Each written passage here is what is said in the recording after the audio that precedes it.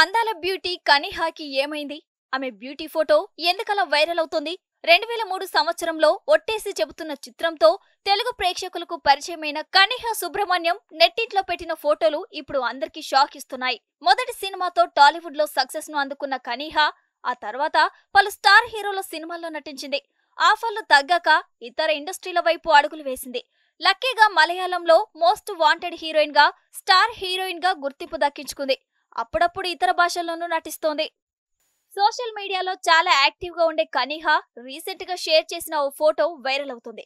సగం కాలిన ఫేస్ తో కనిహా గుర్తుపట్టనంతగా ఉంది. చూసిన వెంటనే షాక్ కి గురి చేస్తున్న ఫోటోను షేర్ చేసిన కనిహా తాను విజయ్ హీరోగా నటించిన ది గోట్ సినిమాలో గెస్ట్ రోల్ చేసినట్లుగా చెప్పుకొచ్చింది. కనిహా సోషల్ మీడియాలో 1.1 మిలియన్ ఫాలోవర్స్ ను కలిగి ఉంది. రెగ్యులర్ గా తన అందమైన ఫోటోలతో పాటు ఇలా సినిమాలకు సంబంధించిన స్టిల్స్ ను షేర్ చేయడం ద్వారా వార్తల్లో నిలుస్తూ ఉంటుంది.